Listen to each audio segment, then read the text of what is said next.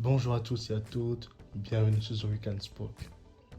Les amis, comme vous le savez déjà tous depuis le départ, cette Coupe du Monde est vraiment fantastique.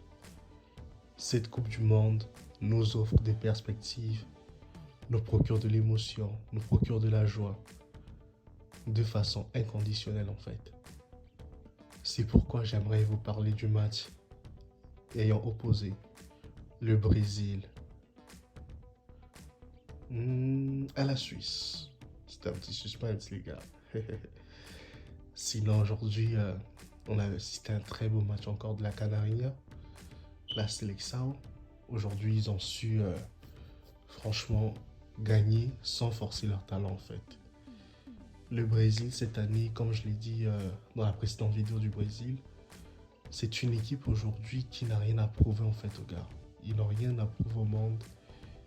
Ils sont là, ils jouent ensemble. Ils ont un collectif qui est ultra fort, ultra huilé, ultra développé. Cette équipe brésilienne, franchement, elle est vraiment mieux armée que celle de 2018 en fait. Et comme je l'ai répété la fois passée, le Brésil de cette année fait peur. Même sans forcer le talent, il gagne 1-0. Il y a eu le but de Vinicius qui avait été refusé. Mais ça, ce n'est que partie remise parce que plus tard, Casemiro met un de ses goals là, franchement, un but terrible en fait de Casemiro. Et ça là, ce n'est pas tout le temps qu'on voit Casemiro marquer comme ça là. Quand Casemiro marque, c'est-à-dire que c'est important. Quand Casemiro marque, c'est pour confirmer quelque chose, comme avec le Real Madrid à l'époque. Quand il met son but face à la Juventus en finale de Champions League avec le Real Madrid, c'est pour confirmer la domination du Real Madrid sur l'Europe en fait. Et là, cette année, il le fait avec le Brésil. C'est encore pour confirmer la domination du Brésil sur le monde en fait. Et les Suisses n'ont vu que du feu. Franchement, cette équipe du Brésil, comme je l'ai dit en prélude, pour moi, elle est mieux armée à gagner cette Coupe du Monde et elle va la gagner en fait. Parce que le Brésil cette année, franchement, c'est Joga Bonito. Les gars, ils jouent vraiment avec le cœur, ils donnent tout. Ils se donnent tous à fond. Richarlison, Gabriel Jesus, Vinicius Junior qui est vraiment titulaire. Rodrigo, mon Dieu, les gars, ils sont vraiment bons. Et ils ont une bonne défense, ils ont une solidité défensive. Ils ont un bon milieu de terrain avec Paqueta, Guimarães. Donc, ça fait en sorte que cette équipe brésilienne est vraiment mieux armée pour le reste de la compétition en fait. Et on a vu aujourd'hui, hein, les Suisses n'ont pas hésité. Brahim Mbolo aujourd'hui a été muselé par la défense. Hein. Même le vieux Thiago Silva est toujours en forme, les gars. Ça, là, c'est pour envoyer un signe très clair au reste du monde, au reste de la planète, que le Brésil est de retour, que le Brésil revient pour prendre son titre, en fait, la 6e Coupe du Monde qui lui manque, en fait. Le Brésil est de retour pour honorer El Fenomeno, Pelé, Rivaldo, Ronaldinho, Roberto Carlos, Kaká, Cafu, tout ce monde qui est de légende qui avait perdu en 2006, y compris un Imperator Adriano. Donc le Brésil cette année est vraiment bien parti pour gagner sa Coupe du Monde en fait. Ils n'auront qu'à confirmer contre le Cameroun, ce qui va être quand même terrible hein, parce que si le Cameroun ne se qualifie pas au dernier match, là les gars, c'est vraiment terrible. Parce que le Cameroun, par la voix de son président, M. Samuel Eto'o, avait annoncé que le Cameroun gagnerait la Coupe du Monde. Malheureusement. Et comme on dit, impossible n'est pas camerounais, donc les Camerounais ont à cœur de pouvoir se racheter au dernier match pour honorer tout un peuple qui les supporte depuis le début de la compétition et qui a même fait des grands paris et tout. Donc ça va être intéressant de voir le match Brésil-Cameroun. Peut-être que Neymar sera de retour. Parce que à ce qui paraît, son entorse au niveau de la cheville progresse vraiment bien. Et genre, il retrouve son pied. Apparemment, ça s'est dégonflé totalement.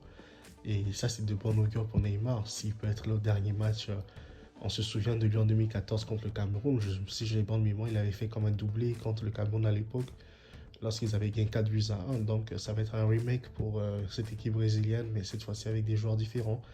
Des joueurs plus complets que ceux de 2014 et 2018, en fait. Des joueurs mieux armés pour aller au bout de la compétition, aller au bout de cette Coupe du Monde et pourquoi pas la gagner. Donc l'équipe du Cameroun cette fois-ci aura fort à faire face à une équipe brésilienne qui est franchement déjà qualifiée. Je crois qu'elle est la deuxième équipe à s'être qualifiée après le Portugal aujourd'hui qui s'est qualifié aussi. Donc c'est un peu ça. Et franchement j'espère que le coach Rigobert Song on va pouvoir mettre une équipe capable de rivaliser avec le Brésil hein, et foutre Toko Ekambi sur le banc de touche. Parce que pour moi, ce type, il n'a rien à faire dans le 11 de départ du Cameroun. Et face au Brésil, c'est pas un match des enfants, c'est un match des grands, c'est un match des titans, c'est un match de légende.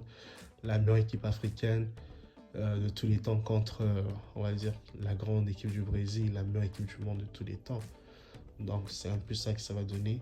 Et franchement, les Brésiliens, quelle joie de les voir jouer au football. Les gars, ils se comprennent, ils font des passes, des 1-2, ils se retrouvent. Vinicius Junior, c'est vraiment acclimaté à la sélection. Rodrigo, pareil. Franchement, ces gars sont des cracks. Et ça va comme produire du feu bientôt en Europe. Au Real Madrid, ils vont comme faire parler la poudre, comme on dit souvent. Mais ça fait toujours du bien de voir ce jeu proposé par le Brésil et le pro sorti. Bon, les amis, pour moi, c'était tout hein, comme petite analyse que je voulais faire sur ces vidéos du Brésil. Je vois encore que vous êtes nombreux à suivre les vidéos, mais vous êtes aussi nombreux à ne pas vous abonner aux vidéos, les gars. S'il vous plaît, les amis, faites vraiment un effort de franchement vous abonner massivement aux vidéos afin que notre chaîne puisse grandir, notre communauté puisse grandir, les gars. Et si vous aimez ces vidéos, écoutez, n'hésitez pas à mettre un pouce bleu, à commenter. Vous savez, si vous commentez, moi je vais toujours répondre avec vous là. On va pouvoir jaser, on va pouvoir converser correctement. Donc, n'hésitez pas à faire ça. Et moi, je me ferai un plaisir d'être là pour toujours parler avec vous football. Et c'est franchement quelque chose de passionnant pour nous tous, les amis. Allez, sur ce, je vous souhaite vraiment de passer une excellente soirée. Je ne sais pas où vous êtes dans le monde, mais dépendamment de vos positions géographiques, passez une excellente soirée, bon matin, certains. Moi, je vous dis à très bientôt pour un nouveau débriefing, les amis. Ciao, bye bye, guys. Thank you.